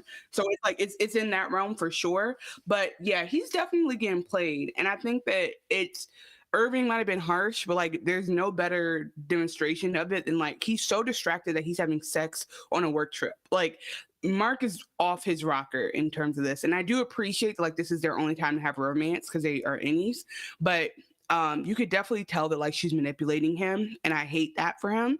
I don't know. I guess I was just curious about like what the significance of even giving them this sex scene was, and so I'm curious about people's theories around this, and also there's also the thought around like reintegration. So I thought that while he was having sex with her is when he reintegrated because he had that flash. But I think what you're saying makes sense. Like he's already been reintegrated. But I was definitely like, what a moment to like wake up and be like, wait a minute, like, hold on.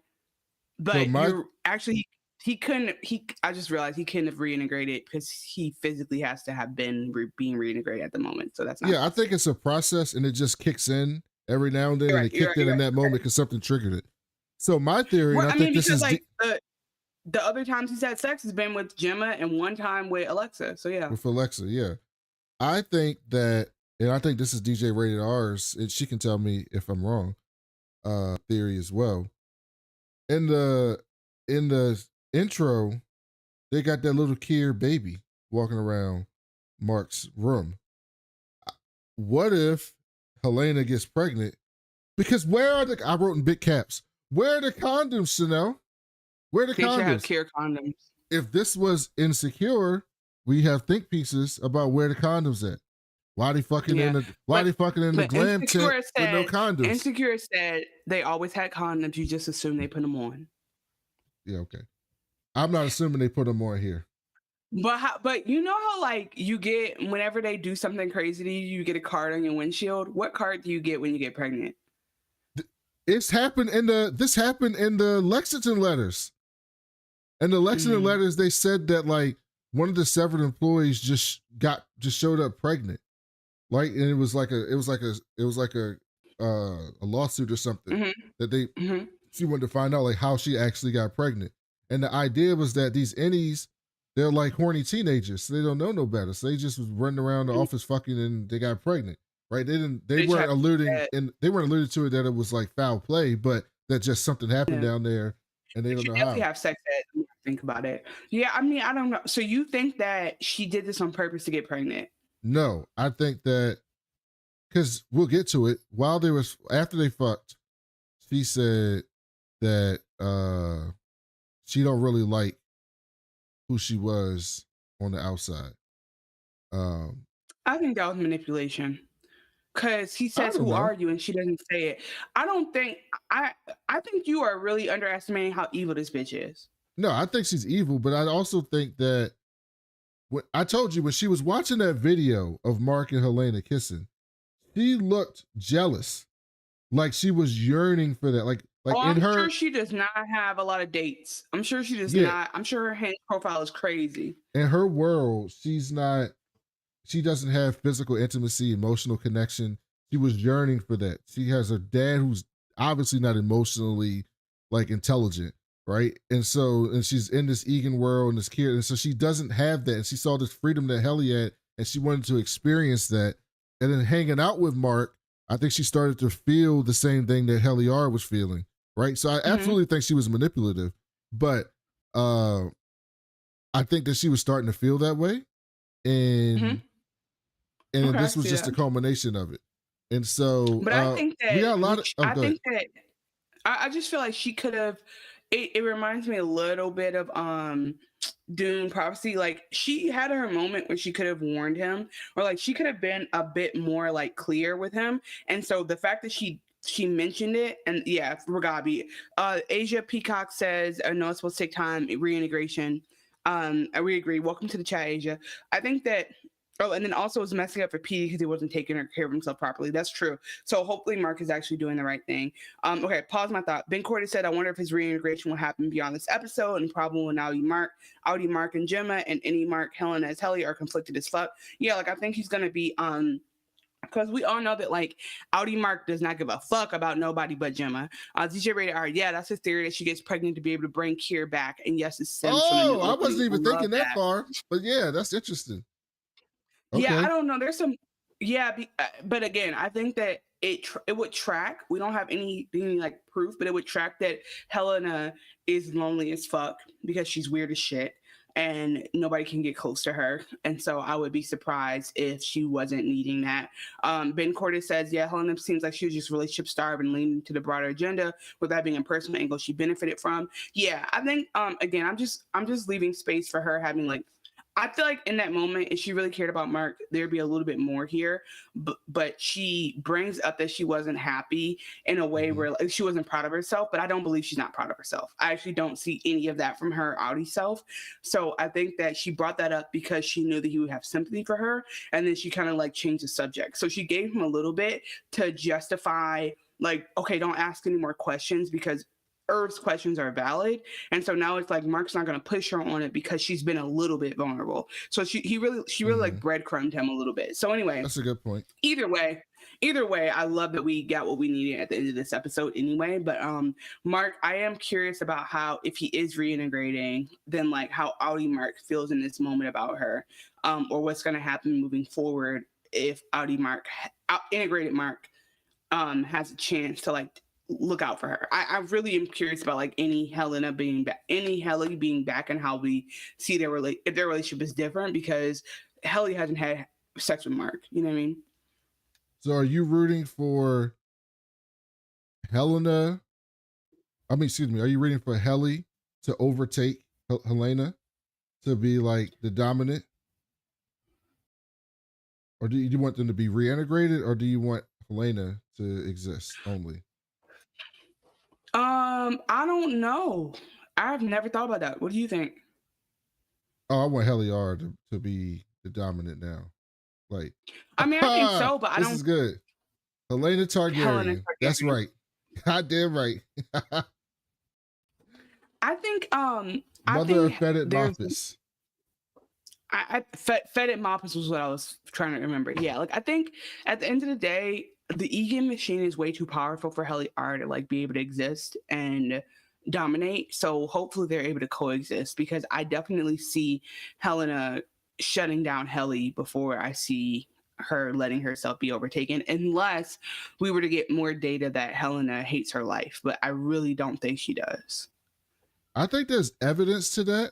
In season 1, the last episode, the way they were talking to her at that Lumen function was kind of odd. And the way her daddy came in was like, I wasn't expecting much for you, but I was so proud when you decided to get severed to help the family. It was almost like they were saying like Helena didn't want to do it, but she was trying to get the approval of her father. And there's only been one woman CEO, so I definitely don't think she was on track for that.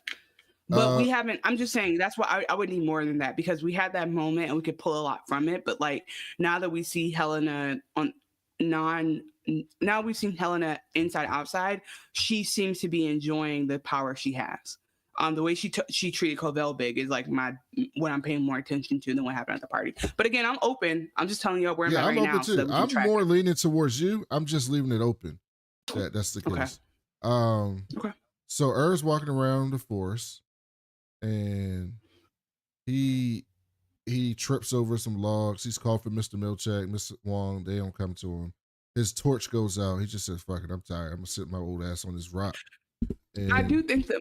So people are saying like, okay, there's no way that motherfucker didn't die sleeping like that. And I'm like, okay, if this is a simulation within Egan within Lumen, that would make sense. So I'm open to that too. Like, maybe this is all completely made up, but like it's a protocol that they have in mind. It also depends how cold it was outside, right? If it was, because it wasn't snowing anymore, it was just snow on the ground. So if it was like right, but I do 40, I literally did think like, damn, I did think like sometimes like there's just been this whole debate at school about this cold weather because of how fucking cold it's been, and I really do believe that like some bodies can deal with cold better, because I couldn't have walked through that forest, let alone fell asleep in it. But I feel like some people could survive it. You know what I mean? So like I was like, maybe he's just maybe his genes are just good for cold. Like I don't fucking know. So then he fell asleep, and he wakes up and he's in a suit. So clearly at this point he's in a dream state. And this is why they don't, if you remember season 1, they were very strict on falling asleep at work. And I think it's because when you're asleep, the sever ship can't work, right? Your subconscious is combined, right? Your sleep brain can see stuff from your Audi. Or it's almost like you're neither. Yeah, it's almost like you're neither than both. Yeah. And so he goes to sleep, and he sees the MDR cubicles. He goes over there, he sits down at his desk. On the other side of his desk is Bert, who kind of smiles at him, and he makes him happy. Then he looks to the left, and he sees Woe typing. And then Woe just basically ignores him. And Woe's just over there like, she's just doing her refining. Click, clack. Woe was refining the fuck out of that project. Woe looks over like, hey, are you like, can you leave me alone? Like, she smiles and keeps going. That was, I hate to say, that was my favorite moment of the whole episode, because Woe was like, I'm so tired of my story being told wrong. Like, all I want to do is get a finger trap.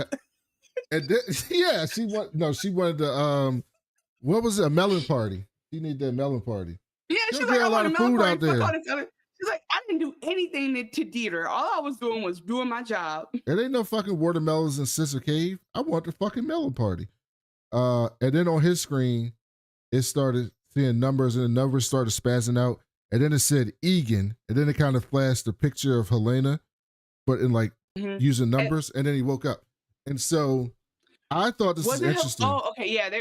I saw facial parts. I didn't realize it was Helena, but whatever happened, I did notice that he woke up like he had a Ben Carson dream, and I don't know. Do you know this story? Yes. Okay, I want to tell this story, but I also want to notice that nobody has liked this video that is watching the video. So please like the video and make sure you're subscribed if you're watching. We love you and want other people to see the video too. Okay, so growing up, it's just so apropos because it's Black History Month. But growing up, you know, like there are certain Black history figures and like the first Black person to do XYZ that you're taught about. And then you're like, okay, great. Like this is supposed to be a vision. Ben Carson was one of the first Black surgeons who was like famous. And so I remember reading Ben Carson's book and thinking he was a Black hero. And he writes about how he was in med school. He was fucking around. He wasn't studying the way he needed to. And he had a test. And this motherfucker said, and this is, it's giving Appendix 4 at this point. But this motherfucker said he slept on the book and woke up and took the test and the answers was in his head. And he was like, he prayed to God. Oh, I gotta try that. He prayed to God about like, please, I can't flunk out of med school. He slept on the book and then woke up and was like, I got this. And the rest of the time he got his shit together and he worked the rest of the time. Knowing what we know now, I am ashamed that I read that book, and I'm ashamed that I thought that was a thing. And so anyway, he has a Ben Carson dream where he wakes up like, I know what the amygdala does. Like he woke up ready to go. This motherfucker was reared to go. He said, he didn't go back to camp. He didn't look for Milch no more. He went straight for where he knew Helena would be. So I think that I love this scene. I love this whole thing. And I do think one side note is when he did fall asleep and like, I think everyone was like, if this is real, he could die. What did prove to me that this was Helena was that she let them have sex and fall asleep instead of going to look for Irv. And that's not something that team should have done, whether they were mad or not. And so I was just like, if Irv does die from this is going to be a whole thing. So I was very relieved that he didn't die. And I do think it's probably some type of simulation, but I was very worried about like what the blowback from this would be. But I got the best, he woke up on a mission and I was hyped for him. On the screen, it did say Egan. So on his screen, it said Egan, and then it rearranged into like a facsimile of Helly's face. And so my thought is that Helena Egan is like Paris Hilton, right? She's just a famous heiress. And particularly in this small ass town, everyone knows who Helena Egan is, right? And so when he sleep, his Audi brain is like, oh shit, you work with Helena Egan, right? And so that's kind of what triggered him to like, oh, it's Helena Egan. And then when he woke up, he was like, God damn it, she's a fucking Egan. And he was on a mission when he woke up. They're also in the chat is also pretty accurate. They're saying like, one, he's military trained, so if anybody can like conserve their body temperature to make it through sleep. And then secondly, people saw Egan spelled rearranged in the visage of Helena, and so like the letters and the face came together in that screen to get him looking at it. Yeah, so I love that. We all saw this. So then the next morning, and he on a mission, and Mark wakes up and Helly gone. She not in there. Irv comes running back to camp. Dylan comes out and was like, hey, dog, Irv ain't come back to bed last night. And Mark was like, Helly's gone, and I can't find Mr. Milchek. So they start screaming for Mr. Milchek. Mr. Milchek come running. Where the fuck was he staying? They got a hotel on there? No, this is why I actually do think this is like a virtual training room. Like this is definitely something, because they've been calling his ass all night, and all of a sudden he popped up ready to go, like spiffy dressed. I'm like, how is the motherfucker still dressed to the nines? It's 8:30 in the morning. So I definitely think this was a setup. But Milchek wakes up, and this is another reason why I might think that like they do this shit. The Ortbo is a thing, and they've done it before over and over. It actually makes the most sense when you think about it. But yeah, so he wakes up and he's like ready to go, and they go, hey, everyone's missing. Like Dylan is like, Irving never came back. Dylan basically is like, I know you was clapping cheeks, so I didn't want to disturb you. And then also you had like that post sex knockout, so I knew you'd be delirious. So anyway, now I want to tell you, hey, everyone's missing. So they start, and then Helly's missing in a weird way. Helly's not missing in like a went to go look for Irving way. She's missing on her own. So the three of them start. All of a sudden, they can hear Irving call. Even though Milch can hear Irving all fucking night, all of a sudden they can hear Irving because he's back at the waterfall. Okay, so this is the important part for me. So we see Helena staring at the waterfall. What is your interpretation? I think that I don't know, because I don't want to give this white woman the benefit of the doubt, but I think she was starting to feel guilty about some of the shit that she was doing, and so she was going back there for some clarity or you know, help with her conscience or some shit like that. And I don't know, maybe the waterfall means something to her family, and that's why she was going there for that. But I felt like it was something around that because. Oh, go ahead. What did you think? No, I mean, we're on the same page. But I believe that she was being. I believe that she was actually happy about her family and was going back to like reminisce on Egan. Like, I think she was actually giving herself a moment to like not play this role of like this Helly like sardonic role. I think she was actually taking a moment to reflect on her legacy. I felt like she was smiling and she was comforted. Like she kind of had a moment to like be like to bask in the scissor walls of it all. Did you think Mark was good at sex? And that was what it was? I thought I was glad that Adam Scott got a chance to have a sex scene. Because I don't think they've ever given that man a sex scene, and I think there's a reason for it. And I hope that he in real life is a Lothario. But no, I don't.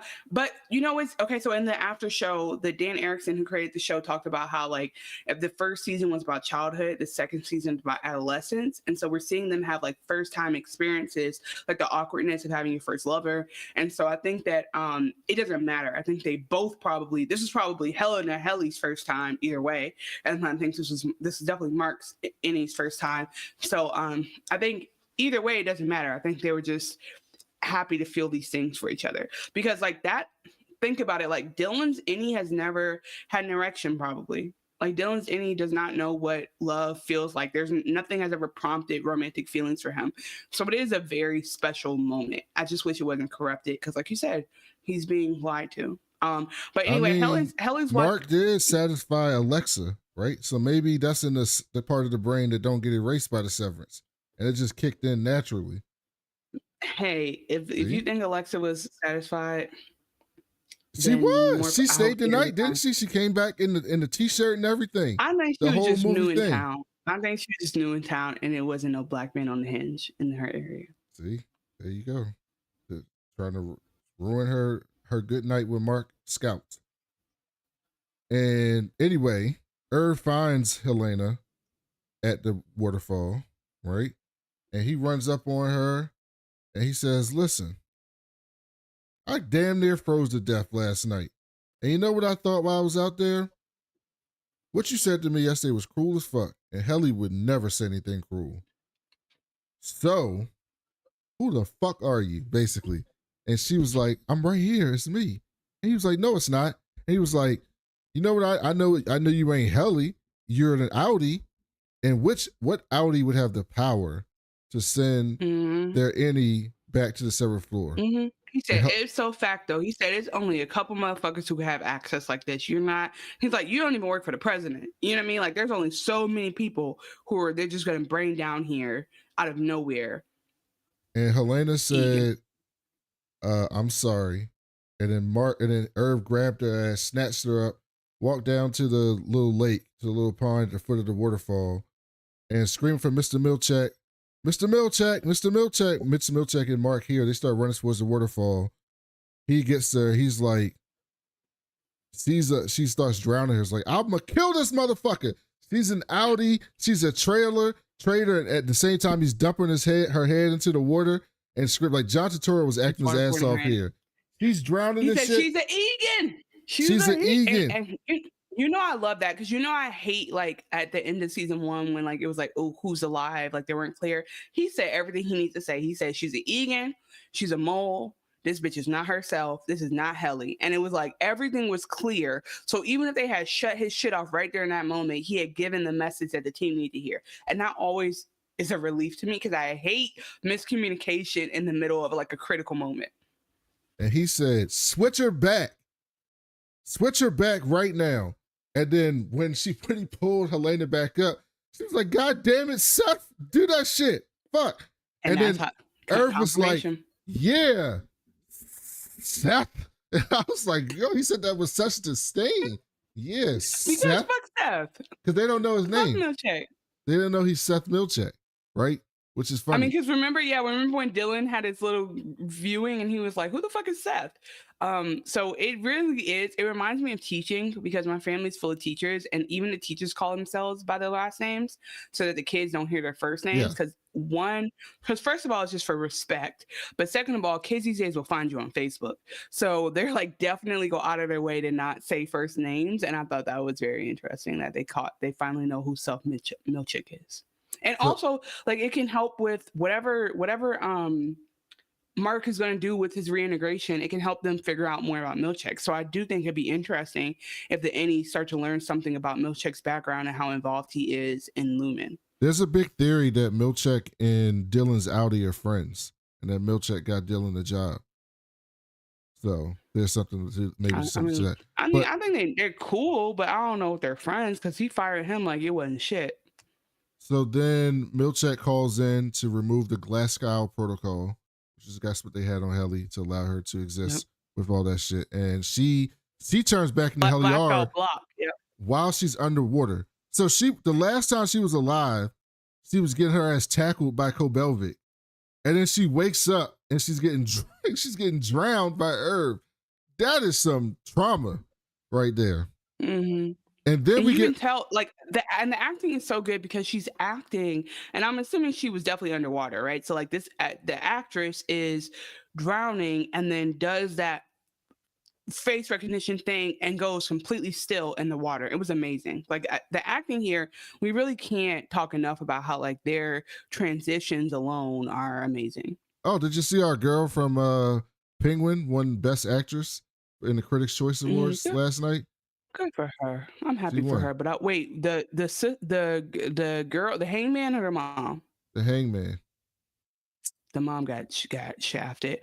By the way, hey, human help, welcome to the chat.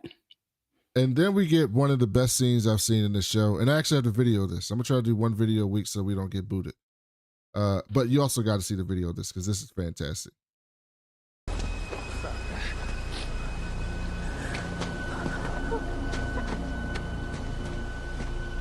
Irving B. Stand!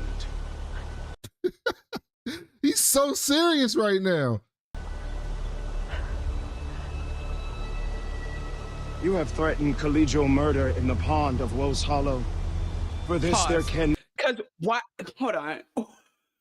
He's reading this like there's a cross-reference index. You can go to a glossary and say collegial murder, which place? Oh, Woes Hollow. All right, read this. Like he is so tapped in. So you're right. He could just be like the most locked in nigga in any job ever because he's like, I'm gonna make up some protocol right here, right now, and I'm gonna punish you.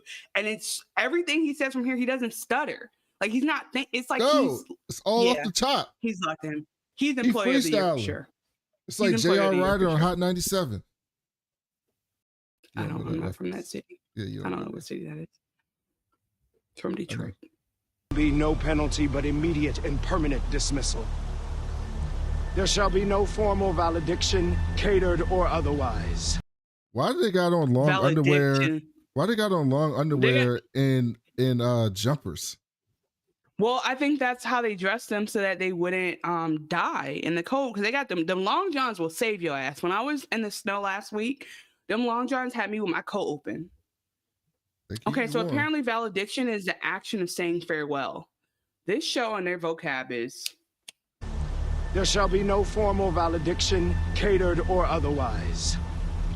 Your Audi will be He said no outgoing waffle party for you, huh? notified forthwith.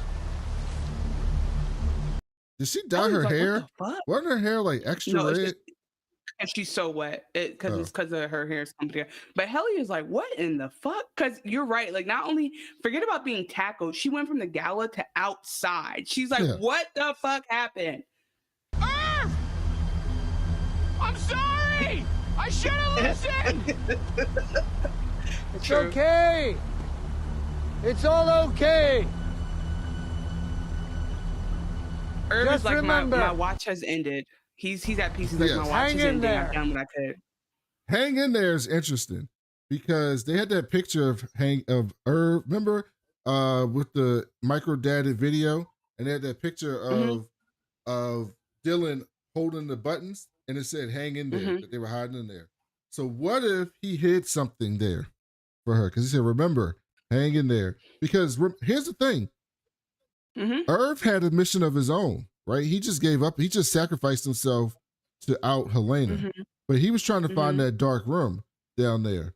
So I think Dylan is going to be the one to take up that hunt, to be looking for that dark room now, because he's not there no more. I love that. Please refrain from any further speech, as you are no longer authorized to consort with any severed employee, nor they with you. Leave him alone!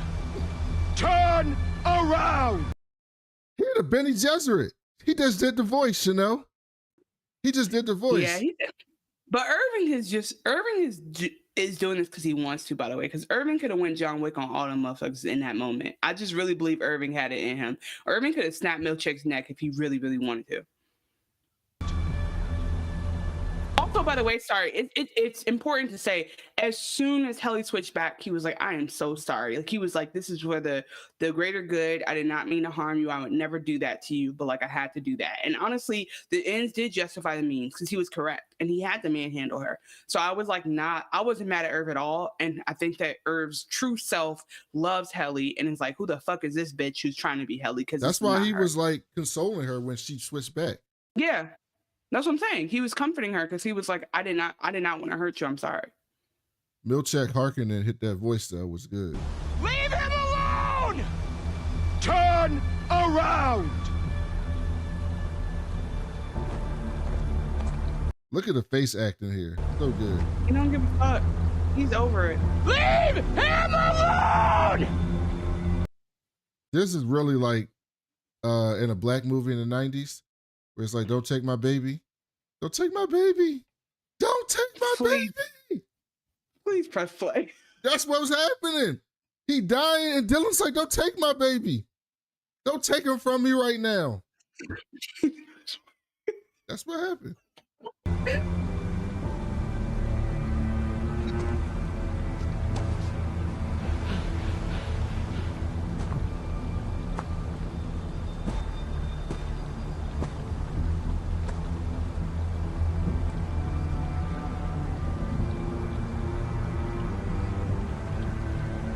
I really thought he was gonna kiss him. I thought he was gonna be like, bye.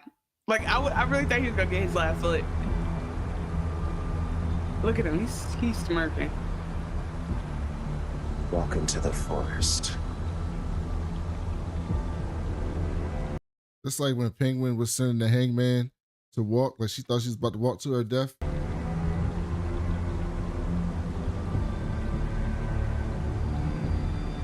Like I want him to like cup his chin and be like, haha, got your ass.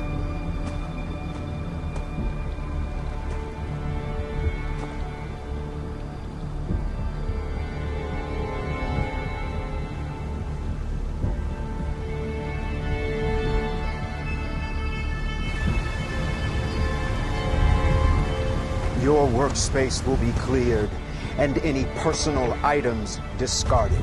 Your file, including any and all professional interactions and personal relations, will be purged and destroyed. It will be as if you, Irving B., never even existed nor drew a single breath upon this earth. Wait, hold on. Does that mean he can take them out of their memories? That might be one of the protocols. That's interesting. Oh, fuck. I hope not. That's what I didn't catch it until then. Like, I'm like, yeah, you can erase him, but like, he'll still be a part of the team. But I'm like, damn, what if they make him forget about Irv altogether? That'd be Well, crazy. in the trailer, they had a Irv face carved melon party, like they had for Bert when he was retired. So I'm wondering if they just tell them that he was He's retired. retired. That'd be interesting. I'll be interested to see what happens. Fucking suck, bro.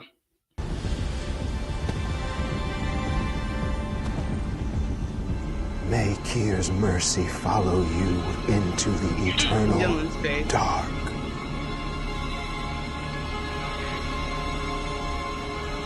Now.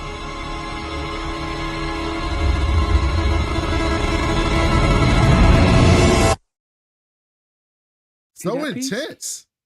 That was an incredible scene. That was an incredible scene. He went out. He wanted to go out. I'm fascinated how this show is going to handle death, right? Because essentially this is death, right? Technically you could bring him back, but what would be the reason that they ever let Irv's Innie come back, right? So we might not ever see Irv's Innie anymore. If this show wants to like have a meaningful death, this would be like the meaningful death that triggers everything that happens afterwards. Because it wasn't Bert. It was kind of Bert that set Irv on this path, but Irv's death is the one that's going to like set all the rest of the innies like on the path that they're on, right? And so I'm really interested to see how this show handles death, because the faces that they were all making were like someone's about to get executed. That's what it looked like. Like you're watching an execution. No, but I mean, he is. Yeah. He is, and truly. So I think that's such a fascinating idea. And we still get to keep the actor on the show because we can get adventures with his Audi. So it's like the kind of the best of both worlds with that. So that was the end of episode 4. So now what are you looking forward to in episode 5? I have no idea where we're gonna go. Like, I mean, who the fuck would have guessed that we'd have a Tundra fucking in the middle of the night episode?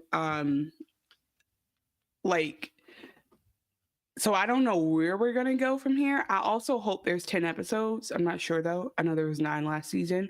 But like you said, they're going at an industry pace. A lot of shit's happening.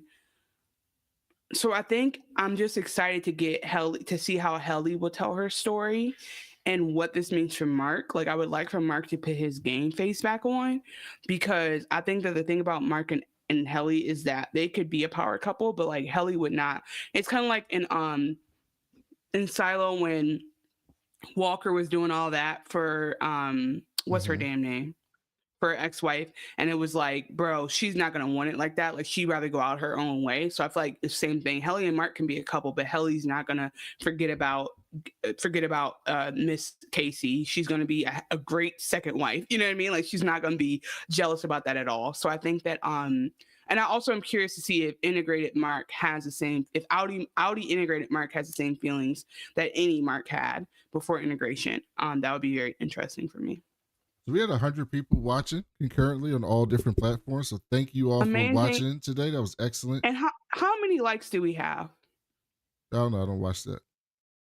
I need them likes to go up. I need 105 likes. I need some illegal immigrant likes in this chat. Before we get out of here, let's check back in with the chat. Human Help said, if you watch the underwater scene, Helly R's eyes bug out when she returns from being Helena, like the claymation video in episode 1 with the bobbing for pineapples. That's true. She did look like that when she was bobbing for fucking pineapples. DJ Rated R says, why didn't Dylan come down from up that cliff? Listen, Dylan is a hefty man. As a hefty man, that's my dog, but like, I wouldn't have been able to get there. Down there. I wouldn't have been able to get there. He had the best seats in the house. Hang in there, some sort of dog whistle? Absolutely. It's fun. They wouldn't even know what that colloquial term means if it wasn't on that poster. So that definitely is a dog whistle. And we still don't know what the Audi Irv did after OTC ended banging on Bert's door. We still haven't gotten that. So I think we absolutely have to get that at some point. DJ Rated R say Milch lost control, which he did. That's a good point.